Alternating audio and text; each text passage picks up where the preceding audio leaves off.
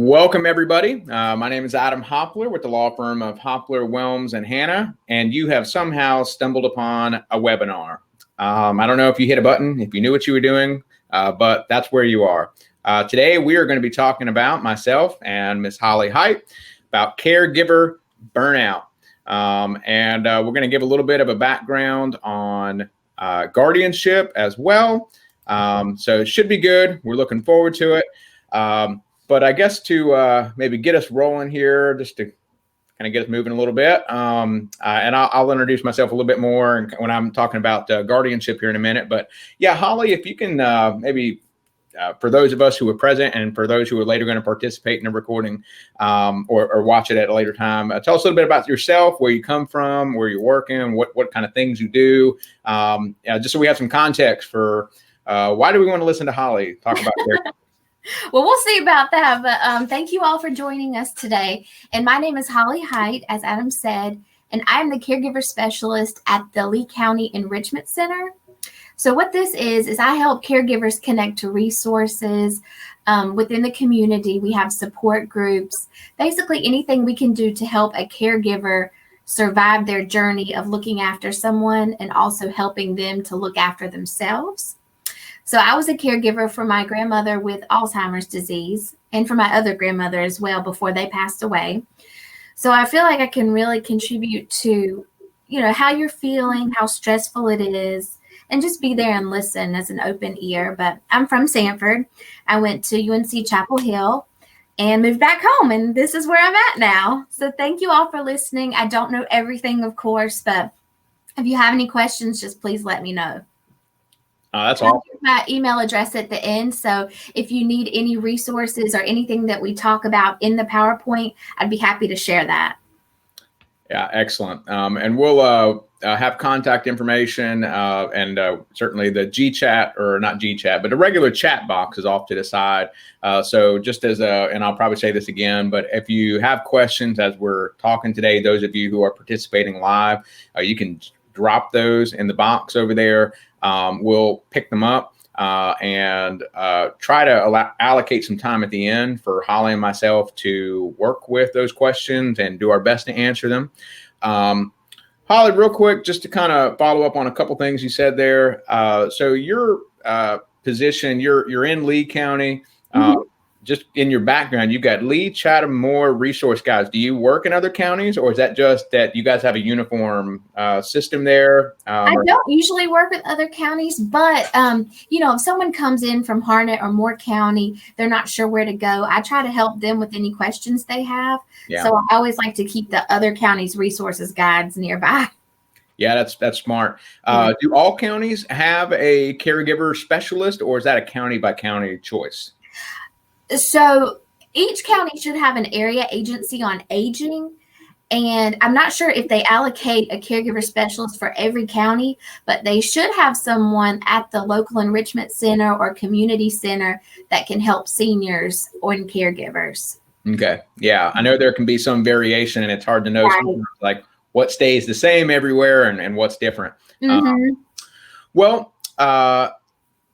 I'm going to get us running here for a little bit, but I'll do kind of a same here as Holly, just tell you a little bit about myself. I am an attorney. I've been practicing since 2011, primarily in Durham County, though we do have an office in Sanford, and we serve a lot of the surrounding counties as well: Wake, Orange, Vance, Harnett, and so we get around, but I primarily work in estate planning, administration, and guardianship.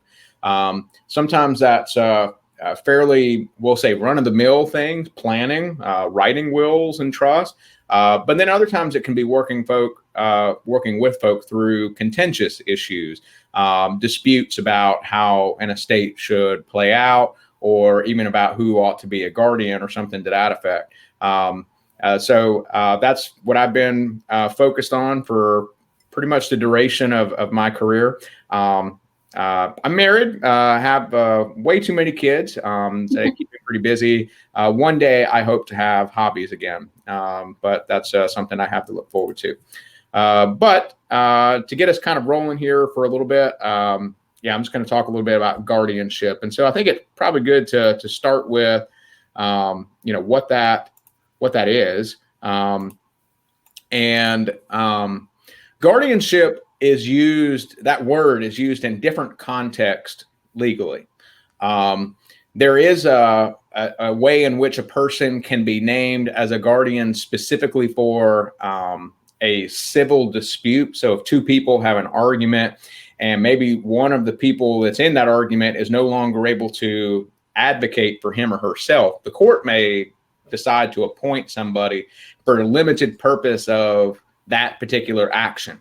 Sometimes guardianship, that lingo comes up in family disputes when talking about minors and things of that sort. But for our purposes today, when we talk about guardianship, we're primarily talking about guardianship for an adult on an ongoing basis. And this is a person that gets appointed to represent somebody else because that individual is what the law would say is incompetent. And so that's a pretty heavy word. And incompetent, unfortunately, has, connotations that we apply to it. We use it in unfortunately, a derogatory way. But that's not really what the law means when it says that we have an incompetent adult. The law primarily is saying, well, we have an individual who, for whatever reason, is unable to make decisions for him or herself, or is generally incapable of communicating wishes and desires on behalf of him or herself. And so it's not something that is like implying a lack of intelligence. An example that I will use when trying to describe what this is and how nuanced it can be is to think about a person like Stephen Hawking. He passed away not too long ago, but Stephen Hawking is widely regarded as having been a genius, knowing all sorts of things about the cosmos that most of us can't even comprehend. But the latter years of his life, he's confined to a wheelchair. He literally can't verbally express himself with his own mouth, and he's using technology and machines to speak for him. So his voice is being communicated through audio boxes, and he's wheeling himself around. Now, if we didn't have that technology 100 years ago, Stephen Hawking would have been considered an incompetent person because he couldn't communicate himself. He couldn't make decisions, not because he's incapable of making decisions, because he literally couldn't make them because he can't express them. So that's how complicated this can be when trying to determine who is and who isn't an incompetent adult. And so that's primarily what we're dealing with here. And so most of us don't run into that complicated of a scenario. You may have a person in your family who's been injured, and if they're in a coma, that's going to be a situation where they're clearly going to be incompetent for our purposes. They just can't take care of themselves anymore. And it can get a little more nuanced with adults who age, maybe develop Alzheimer's or dementia, general senility, where the decisions that they are making are no longer sound.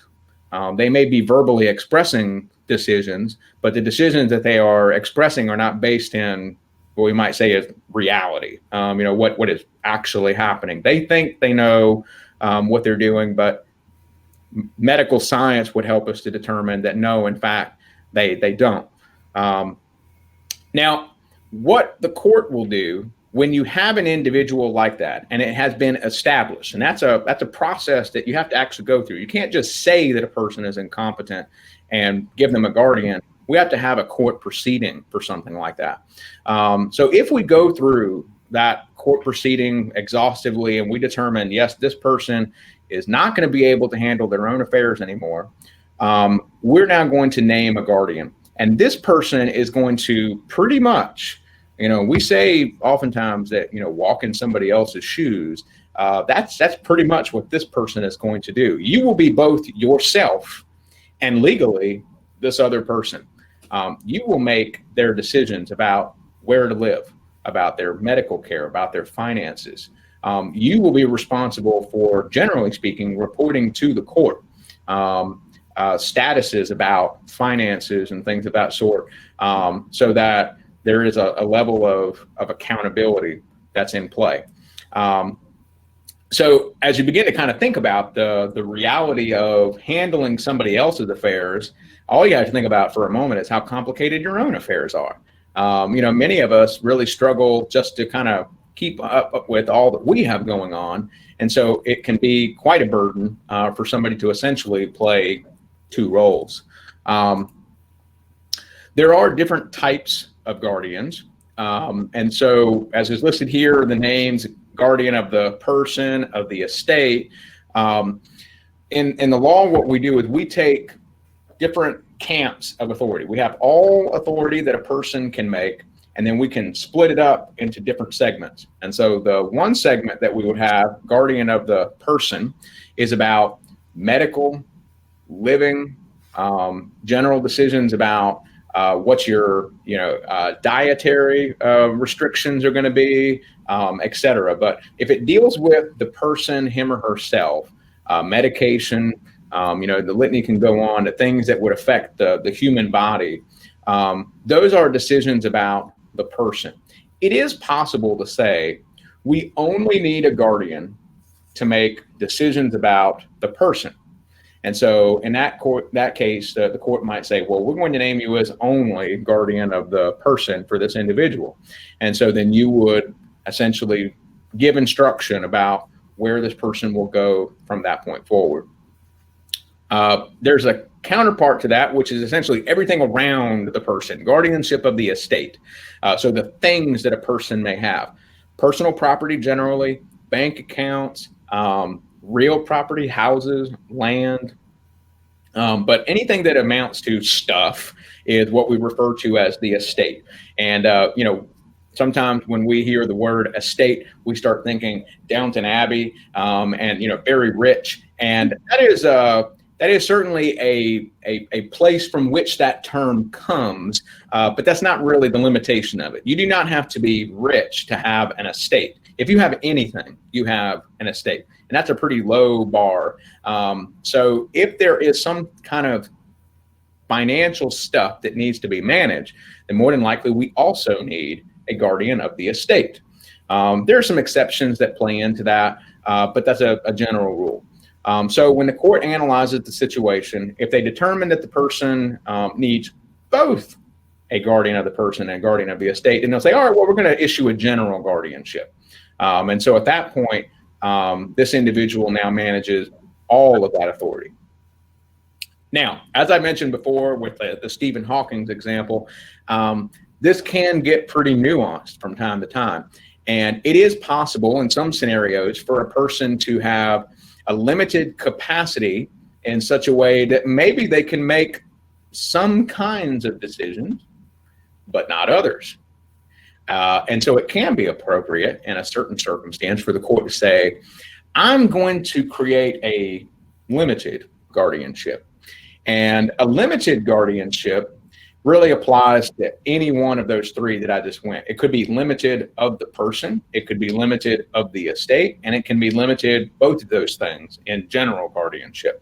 And so that's where a court would sit down and hopefully with the counsel of other attorneys that are involved in the process, that's specifically a guardian ad litem that's appointed, that's a temporary role, really craft out carefully within a legal sense what kinds of things this person can still do on their own without consultation, what things they can do with consultation, and what things are just solely the discretion of the guardian. So limited guardianship is something that's desirable as much as possible, but it can be pretty complicated to work out. As we mentioned before, becoming a guardian is a process. The first thing that we have to do is establish that level of incompetency in an individual.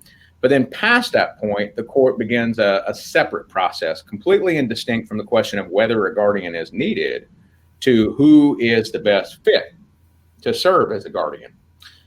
So this requires some background, or at least if not background understanding, that you kind of quickly become aware of the background understanding of what a guardian is. And so the court will typically provide some some resources about this and some points for you to kind of look into. As I mentioned, there's this person who is appointed temporarily a guardian ad litem. That person usually wants to make sure that if you're going to be guardian, that you have some understanding of what you're getting yourself into, because we don't want to have any misunderstandings. We don't want you to start this path and then say, you know what, this was a bad idea, for us to have to come back to the court to change everything up. The legal qualifications for being a guardian, in one sense, are pretty low. We don't want you to be a felon.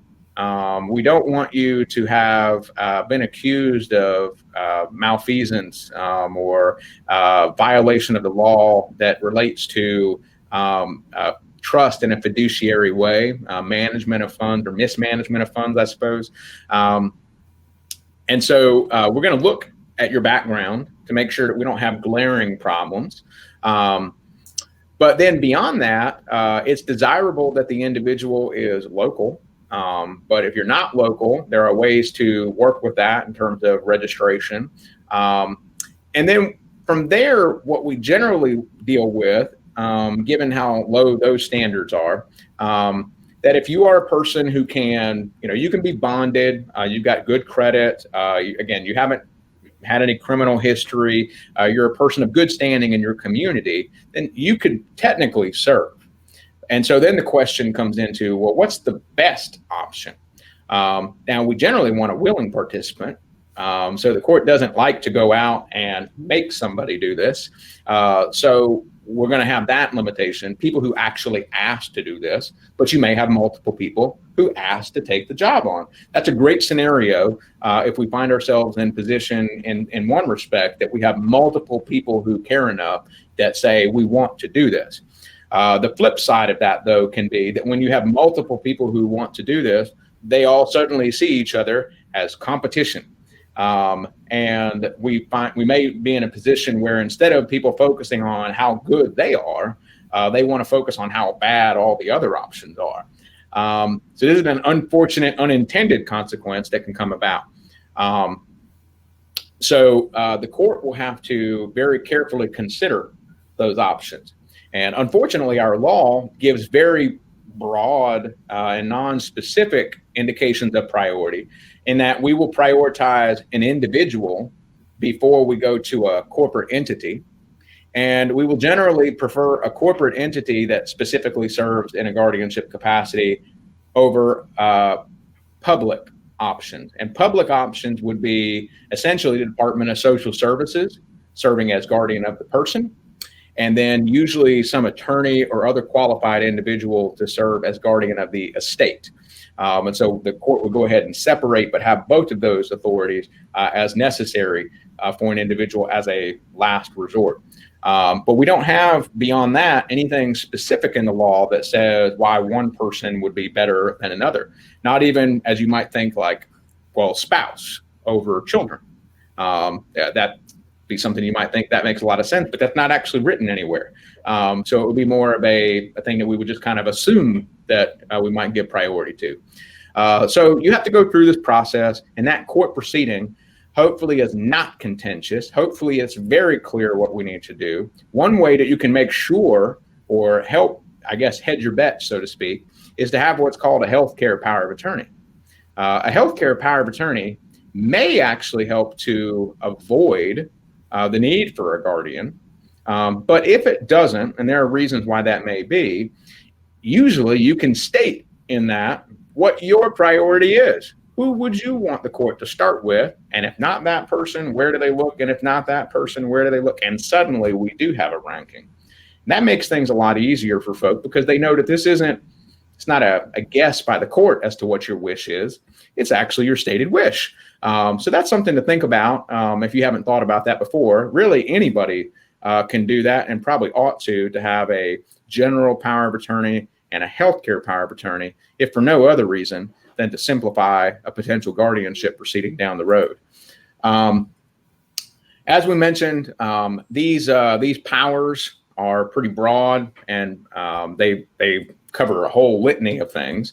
And so, we're not going to have I'll kind of move from there, but you're going to be able to do a lot of things. But I think what will be helpful for us for a minute is to focus on some of the things that you're not supposed to do, because these aren't always made readily available to you on the front end, depending on what the situation is in which you become a guardian.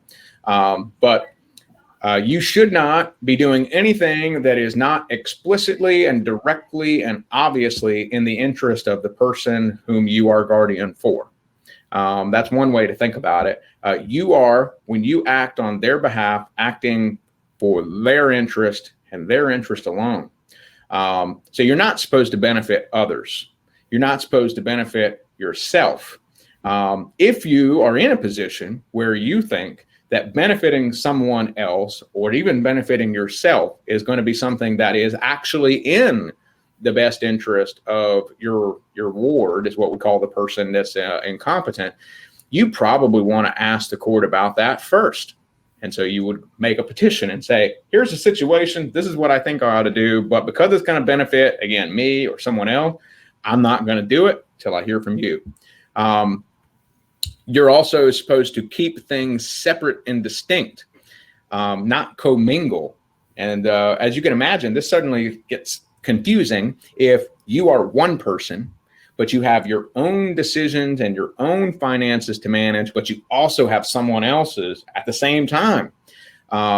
So you have to be very careful and specific when talking to other people in what capacity you're talking to them. If you go to the bank and you have a check in hand or some cash that you found that belonged to the ward or whatever the case is, and you're depositing it, you need to be really clear with that bank. Are you depositing it in your capacity as an individual for you, or are you depositing it in this fictional capacity as someone else? Because the bank, they may not immediately pick up on that because they just see you, regular old Joe, and they don't know that you're doing this for someone else. So you got to be really careful, and you got to suddenly start thinking in this way of, how am I acting right now? When you go to borrow, you might not think much about that, to take things from others. That's not something that generally you want to do for someone else. And also, you don't want to borrow from the ward either. It may seem like it could be helpful to say, oh, well, they have plenty of money. I will pay them back some interest. But borrowing generally is a risk. And it is something that you might on your own decide to do, but that doesn't necessarily mean that it's something that you should do for the ward, given that it's kind of, it's one thing to risk yourself. It's another thing to take a risk on somebody else's behalf. It's a lot easier for you to be loose and fast with somebody else's stuff than it is for your own. And so we want to generally stay away from that. That's not something that we want to do with borrow. Anything involving real estate, generally speaking, you don't want to do that without talking to the court. We even have personal property sale limitations. If you're going to sell more than $5,000 in a year, you need to stop and pause and go and ask. And that's an aggregate thing. So if you've sold 1,000 here and 2,000 there, and then you get to an item that's going to push you over that threshold, pause, stop, go talk to the clerk. Sterilization, as crazy as it sounds, that's actually a thing. It is possible in very limited scenarios in which sterilization can be appropriate. But as you can imagine, that's a hot topic. And so we are not going to do that without talking to the court first. This is not by any means an exhaustive list, but it's kind of a heavy hitter list, right? These are things that you're going to run into, and they'll sneak up on you if you haven't thought about them in advance. And so it's really important to take your time if you're going to become a guardian to think about all of these things. As a guardian, you're going to spend money. It's just a reality of what you're going to face. And so you need to be very thoughtful about what are proper expenditures and what are not. There are going to be some things that are essentially givens. If the court tells you, hey, $15 is due for the annual account that you just filed, well, you can use your ward's money to pay that $15, assuming that they have it. If they're not, then you need to be talking to the court about some kind of indigency status, or maybe just getting rid of the guardianship of the estate altogether. But if you have money and you're managing it for them and the court says this is a fee that's charged, then you pay that. If you retain counsel, and your counsel has filed a petition and the court says, yep, that is an appropriate amount, well, then you pay that out. There are ways that guardians can be compensated for what they do in the form of like a limited commission. Usually that's reserved for guardian of the estate in managing funds. It's, pretty minimal, but again, you don't do that without asking. And then generally there are allowable expenses. And so oftentimes the first inventory and then later accounting can be a good time in your interactions with the court to begin to really work through what are allowable expenses. And so hopefully in quick conversation, you can get a sense for what they're going to challenge and what they're not, in terms of an ongoing magazine subscription, maybe that your ward used to have. Should you continue that? Probably not, unless your ward is going to be reading the magazine. But that can actually be the case depending on the situation. If they're comatose, probably want to cancel the magazine subscription, right? So those are the kinds of things that you'll figure out. It may take you a little bit of time, and the court usually understands that. But you get a first report inventory that says, this is what I started with, and then 1 year later, you're going to file an account. Now that sounds pretty straightforward, but I'll tell you that if you don't know what's coming, that can be pretty challenging because the court is going to be to the penny specific. And if you haven't been keeping up with things for an entire year, you may find yourself in a little bit of a bind trying to explain everything that you've done. So that's another thing that you kind of want to watch out for. All right, I've just covered a whole bunch of stuff. And that sounds really complicated. Why would anybody ever want to do this? Well, because it's a needed function. It's a really important function. We've got to have people who care about a guardian. And that's why we focus on individuals. It's really hard, not because private entities or social services doesn't care about a guardian, but when any entity winds up having to care for a lot of people, and one social worker or one person gets assigned to care for 20 people, that's really hard. And it's not as preferable as having one person who's willing to do the hard work for somebody that they love. That's a desirable thing to have, if we can pull that off.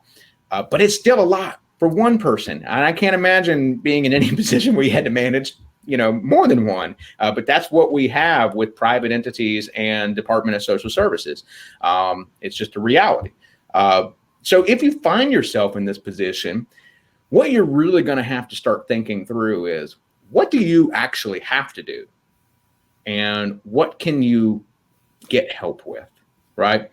The way that I like to think about this is a quarterback.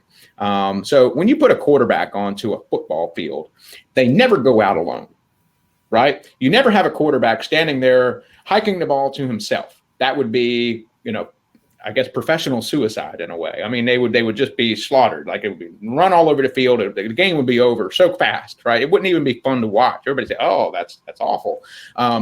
So the quarterback goes out with his team. He's got his people in front of him who are all blocking and protecting him, kind of insurance stuff going on, right? Then he's got his people who are helping him offensively, right? He's got his running back that he hands the ball off to. He's got a few people who are running down the field, so if he needs to throw it, he can get it done, right? He's not running generally to catch the ball. He could, hypothetically. You see that every once in a while, a fancy run-around play, and you kind of go, oh, that was neat. But that's not what you expect, right? You don't expect your quarterback generally to just take off running. Maybe they're good at running, and that's a nice skill to have. But, we really want you to stay safe. We want you to do the right thing. We want you to last for a long time. So if you're a guardian, you're going to want to use people like Holly to say, hey, I have things that I need to accomplish for this individual, but I don't even know where to go. Who can I talk to, right? And you kind of start talking about those things. But you can think real quickly. You're going to want financial advisors if you're managing money, banking institution. You're probably going to want to have some legal assistance that you can call up and say, I don't know if this is something I can do or not. What do you think? You may want to have an actual caregiver. So Holly may hit on this a little bit, but being guardian and being caregiver, somebody who's like actually in the home providing day-to-day assistance, those are not necessarily the same thing. And so if you become a guardian for a person, that doesn't necessarily mean that that person has to come home with you. Social services, they don't take people home with them. They find a place for them to live, right? They arrange medical care to go to where that person is, right? They are orchestrating, but they're not necessarily spoon feeding. That can be a hard adjustment when you're talking about a family member, but it's critical because not having that distinction is going to lead to some kind of burnout. You can almost guarantee it. So what I'm going to do is pause here. Now, having given you some context for guardianship and just briefly the difference between caregiver, Holly's going to talk to us a little bit more about kind of, I would say, more meaningful stuff, like actually being on the ground with caregivers. So I'm going to pull this screen and kind of refocus us a little bit. But yeah, Holly, I'll let you kind of take it from here. Caregiver burnout. What are we talking about? Go ahead. Yeah. So thank you for that. That was a lot of good information that I know a lot of the caregivers I deal with could learn from. But so caregiver burnout, I love giving this webinar because caregiver burnout, the rules and the things we're going to talk about can apply for anyone experiencing stress. And let's be honest, like in this climate today that we're living in, that is everyone. So I'm sure you can take away at least one thing from this. So we're learning how to take care of someone, learning how to take care of yourself while you're caring for someone. All right, so I love this funny e-card. It says me time. Oh yes, thanks for reminding me. It's number 52 on my to-do list. I'm a caregiver. So if you're a caregiver, you know that it's a 24-hour job. It's payless most of the time, thankless a lot of the time, and you don't really have time for yourself. So it's important, and I hope you'll get from this particularly, that you have to make time for yourself while you're caring for someone else. So now, what exactly is caregiver burnout? It's a state of physical, emotional, and mental exhaustion. It may be accompanied by a change in attitude from positive and caring to negative and unconcerned. And caregivers who are burned out may experience fatigue, stress, anxiety, and depression. And we'll talk about some of the other signs as well, because it's different for everybody. I'm just like this little stress monster. Okay, so recognizing your warning signs. And like I said, warning signs are different for everybody, but it's important to recognize your own and listen to your body and your mind so that you can kind of head off any other more disastrous things. So the first one we're going to talk about is depression. Obviously, you can tell by depression symptoms, you don't have any energy, you feel sad, things like that. Exhaustion, you're tired, you don't have any energy. Irritability. So that's when you lose your temper. You just don't want to talk to anybody. Lack of concentration. Social withdrawal. So you don't want to hang out with your friends anymore or your family. You're angry. There's denial. Anxiety, which is one of the biggest ones that I see with people. Sleeplessness. A change in appetite. Health problems. You might be suffering from high blood pressure, things like that. And like I said, it's important to recognize your own warning signs because it's like that old airplane rule where you have to put the oxygen mask on the other person first because you're no good to them if you're no good with yourself and taking care of yourself. All right, this is a caregiver burnout survey, and I can, if you want this to take it at home, I can email it to you. It's just a short little list, and it'll tell you if it thinks you are experiencing caregiver burnout. And it says if you are even feeling one of these, you could probably benefit from some additional resources or talking to someone. So I'll just list a few of them. One, I feel emotionally drained because of my caregiving duties. I've developed a negative attitude. I feel stressed out more often than not. I have more medical problems. I feel depressed or anxious. I don't feel successful as a caregiver. I have trouble sleeping at night. I feel alone that no one helps me. I have trouble making time for myself and taking a break. I feel trapped in my caregiver role.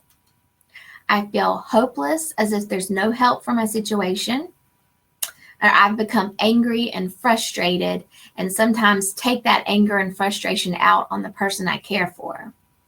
So like I said, if you even feel like you are experiencing one of these things, I would recommend talking to your caregiver specialist in your county, or just someone like a therapist or psychiatrist, anyone like that that can help you. Even just talking to a friend will make you feel so much better. All right, so 8 tips to help avoid caregiver burnout. And honestly, a lot of these things that we're talking about in this presentation are things that you probably already know and feel like you would get some kind of benefit from. But if you don't take the time to practice what you preach, then it's not going to help. So number 1, I said seek, but I meant set reasonable goals. So set monthly, weekly, even daily goals. Like you're going to take 10 minutes out of your day just to read a book or to practice some meditation. Number 2, know your limits. Know when to say no to people.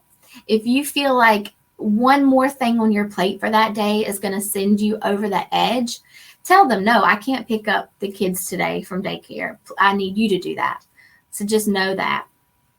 So understand what you're dealing with. So it's always helpful to learn about your loved one's condition so that you can know what to expect, what's going on right now, what you're going to need to do. Like they say, knowledge is power. So learn to accept your feelings. Acknowledge them and know that it's okay to feel that. Don't feel guilty for feeling that way, because it's okay. So reach out and trust someone. Like I said before, seek counseling, a friend, a support group. That's the next one. Anyone that you can trust and confide in. And if there was 2 things that I would want you to take away from this, is that number 1, please use the resources in your community, because there are a lot out there. You just have to reach out and find them and talk to people. Join us support groups. We have several support groups here at the Enrichment Center, like caregivers, Alzheimer's, MS, diabetes, stroke.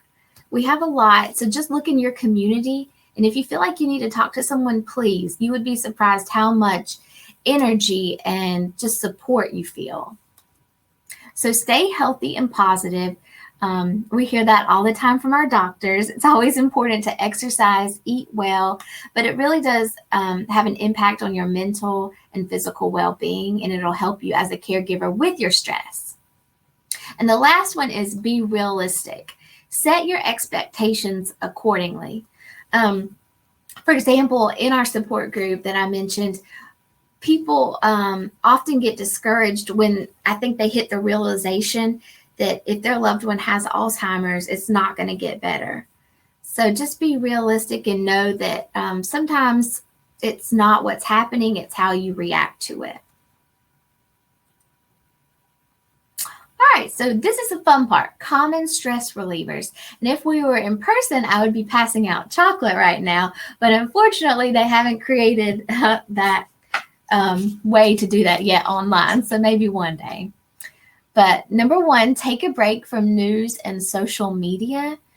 Lately, I've heard several of my caregivers say that they have felt so much better getting off Facebook, and they've stopped looking at the news, and they have a whole new breath of fresh air within their life. Like I said, join support groups. It's so good to talk to people, and just spending time with others. It's hard right now, but if you are able to get out, socially distance, wear your masks, just spend time with your friends as much as you can and lean on them. Laughter is so important. Find at least, 5 things a day to laugh at, because just the expression of laughter can make you feel better. Exercising, reading, music and prayer can help you so much. Music therapy. Find your most favorite songs and try to listen to them every day. Essential oils, lavender, lemongrass, sweet orange are all really good ones, as well as peppermint. Just rub them on the palm of your hands, take a deep breath, and just relax and live in that moment. and feel the stress just drain from your body. I mean, it's just common little things you can do every day that can make you feel so much better if you take the time to do them, which is what a lot of people forget to do. Meditation, once again, eating healthy, which I'm terrible at, leafy greens, blueberries, dark chocolate, foods known for anti-inflammatory properties are really known to help bust stress. Okay, this is a special program that I wanted to mention. If you do feel like you need extra resources and you're just feeling burnout on caregiving, or really in your life, you could use this class. But this is a class that is offered in most counties. If not, you can take it in another county. You just have to get permission. But it's called Powerful Tools for Caregivers. And what it is, it's a nationally recognized program. It's 6 weeks for about 2.5 hours per week, which is a lot to ask for caregivers to give up that time. But in a lot of situations, we can offer respite for someone to go into the home while the caregiver comes to this class. And so these are some of the things that if you do take the class, you'll talk about that can help you. It's just another resource tool to along your caregiving journey. But we talk about making action plans, and we'll talk about that more in the next slide. You practice positive self-talk. So you write down your self-defeating thoughts that you have every day, like I can't do this, I'm tired of this, I have no energy. You change those thoughts into positive statements, like I'm doing the best I can, I'm really good at listening, things like that. But then you also have to rehearse and practice them in real life. Another thing you'll talk about in the class is how to manage stress. And it's like we talked about early, you recognize your warning signs, whether it be fatigue, irritability, anger, all of that. And when you identify that source of the stress, which is probably, if you're caregiving, the person you're caring for, but it could also be money or family not helping out in your situation. And then you identify what you can and cannot change about the situation. For example, if, let's say your sister is not helping you care for your mother, you identify that you can't make her help you. So you just have to internalize that, find other ways to get out your stress and anger, try to have a conversation with her. If that doesn't help, then you've tried, you can't change that. So just move on. And another thing you'll talk about in the Powerful Tools for Caregivers is how to seek solutions. And what that is, you'll identify your problem. You'll list ideas of things that could help you solve the problem. You'll try an idea. If that doesn't work, you'll evaluate the results and you'll try again. So that is a class that I would definitely recommend taking if you do feel like you're burnt out and you don't know where to turn. And it's usually offered about twice a year. And because of COVID, that is kind of up in the air right now. But call your area agency on aging, and they should be able to tell you when they're offering that class. All right, action plans, one of the biggest parts of the Powerful Tools for Caregiver series.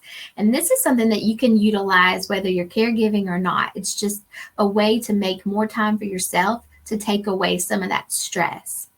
So an action plan includes what you're going to do to help alleviate the stress, how much you're going to do it, when you're going to do it, how often you're going to do it, and your confidence level. And just write this down and keep track of it, and it'll help you so much. Just carve out that time for yourself. So this is an example that I came up with just so you can kind of see how it works. So this week, I'm going to read my favorite book, That's What, for half an hour. How much? After I complete the dishes. When? 2 times, Monday and Wednesday. How many? And my confidence level is an 8. And action plans are things that you want to do. They're not things you feel like you have to do. Like if you don't enjoy cleaning the bathroom, that's not an action plan. They're things that you enjoy and want to do. And the more specific, the better. And what you do with this, you do this every week. You're going to come up with an action plan. At the end, you evaluate how it went. If it didn't go so well, change your action plan for the next week. There's no right or wrong answer in this. So these are some resources that I have that I will be glad to share with you. I can email them. We have a resource guide that can connect you with different resources within the community if you live in Lee County, but they have resource guides for every county. So just look that up on your area agency on aging website. There's free guided meditations and progressive muscle relaxations out there. This is just one from the Powerful Tools class. But if you look on YouTube, there's also tons of resources you can use. And please feel free to email me if you have any problems you're having. It doesn't matter if you live in Lee County. I'll try to help you however I can. And just let me know if you have any questions. But like I said, these tools can be used in any situation if you're experiencing stress. It's not just for caregivers, but caregivers just seem to have a higher level of stress, obviously, with what they're dealing with. But just let me know if you have any questions, and I thank you so much for joining us today. Very good. Well, thank you so much, Holly. Yeah, that was a pretty good overall covering there of caregiver, I guess, resources that are available. I think some great examples. So certainly we'll invite folk, if you have any questions, this is the time to go ahead and fire those off, and we'll try and work through those. I guess kind of thinking off the top of my head here for a minute. Yeah, Holly, with caregivers who are, I guess, in Lee County and working with individuals, do you happen to know offhand, like, if they are serving in a caregiver function, but not necessarily appointed by the court, like if they happen to have guardianship? Yeah, it's a family relationship. Does that in any way change like how you interact with them in terms of like them seeking assistance or looking for help? Yeah, what qualifications, if any, do they need to establish in order to be able to utilize services like yours? Yeah, so honestly, most of the caregivers, in fact, all of the caregivers that I deal with are usually family members. They're not appointed by the court at this time, but only the qualifications that we need to help them. We can always provide, resources and connect them with other things if they're not Lee County residents. But if they are Lee County residents, there are special things we can offer, such as in-home respite. We get caregiver funds every year that allow us to give like 30 to 40 hours of in-home paid respite, totally free for them, that we can have someone go into the home if they need to go out, run errands, go to a doctor's appointment, things like that. Wow. Yeah, that's pretty cool. And is that even is something that so if they're caring for an individual, I guess trying to think this through, and that individual, say, has Alzheimer's, or maybe it's just dealing with old age, senility, to that effect. Is it an issue of that individual being qualified for something like Medicaid or Medicare or SSDI, or is it just residency, like the fact that they're in Lee County, so maybe they don't have like a specific title, the caregiver, him or herself, but the person that they're caring for, is that something that would act as a barrier in any way for them to be able to come and start talking to somebody like yourself or otherwise seek assistance? No. So as far as we're concerned, I mostly deal with the caregivers, not really the care recipients themselves. Okay. But we do offer what's called caregiver timeout, where the person can bring in their loved one. We watch them and do activities and crafts, and we have a snack, exercise once a week for 3 hours. And they do have to live in Lee County. Like I said, they have to be able to go to the bathroom by themselves. As far as Medicaid and how that works is that's through DHS, and they just have to qualify, county money that they get per month. There is a money qualification on that, but not for us. Okay. Yeah. All right. Very cool. It sounds like anybody who's listening to this right now and they're going, I'm just trying to make ends meet. that at a bare minimum, they should probably start by just checking in with the Department of Social Services, Right. and letting the conversation go from there. Right. Yes, depending county to county, they may get different reactions. And certainly I would imagine in larger counties like Durham and Wake, that they may have a little bit of a harder time getting that personal attention. But I've worked with those counties as well. And I know that there are people there who really want to help. And so it may just be a little bit, not quite as straightforward, but it is there. Right. So just starting and asking those questions, like that's kind of what it's there for, right? It's to help make the connections, figure out the resources, and to get things going. Exactly. And there also there is a new initiative program coming out. It's not out yet, but it's going to connect anyone that needs services within a community all across the state of North Carolina. It's going to connect them to the resources that they need. And I'll let you know as soon as that's out, but it's not finished yet. Yeah.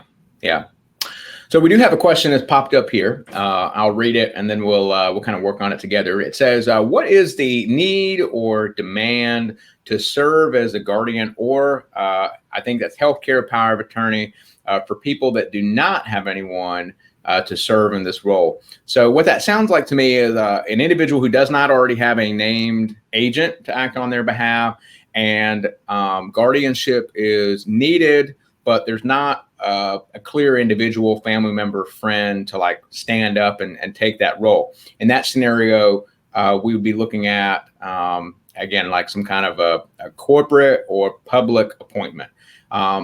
So maybe it sounds like a statistical question almost. So Holly, I don't know if you happen to have that offhand or have some idea, but what sort of issues are like, I guess I'll be fair with Lee County, are y'all facing in terms of individuals that social services is winding up taking care of, whatever you can offer on that point, but.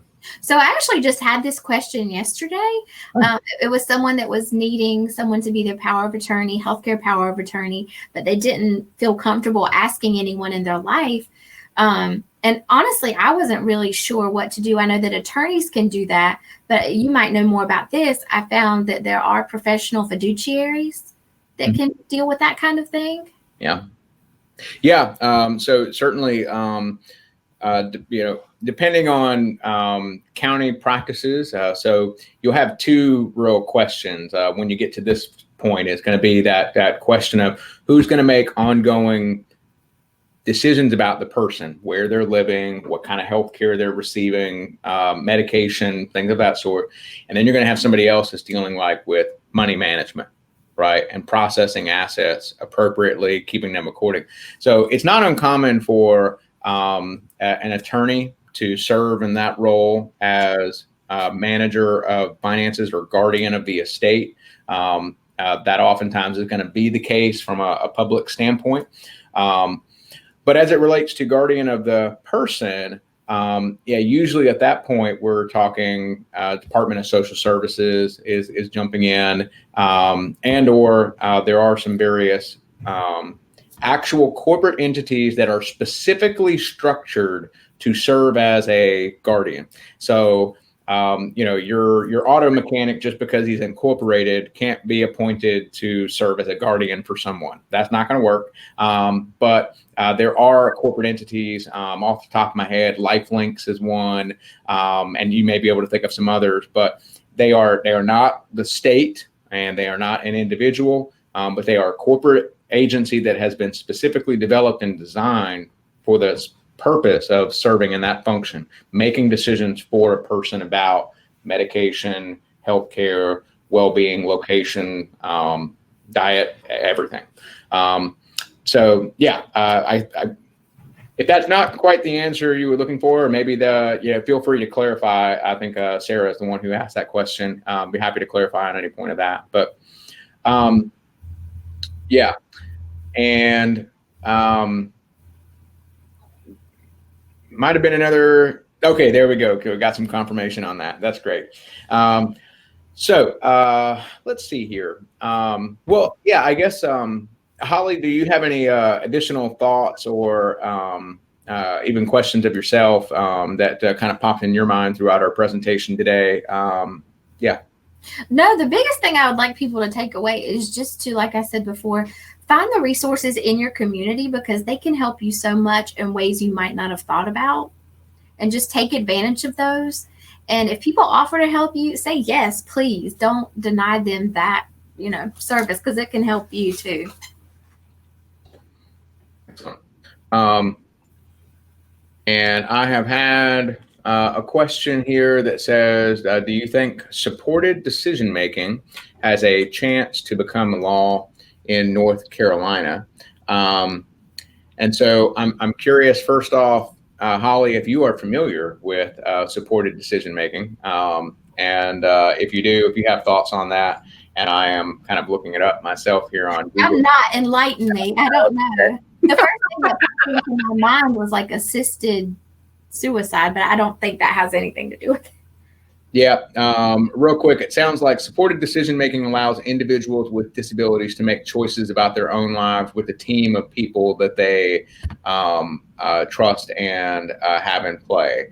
So it sounds like it's a type of guardianship alternative.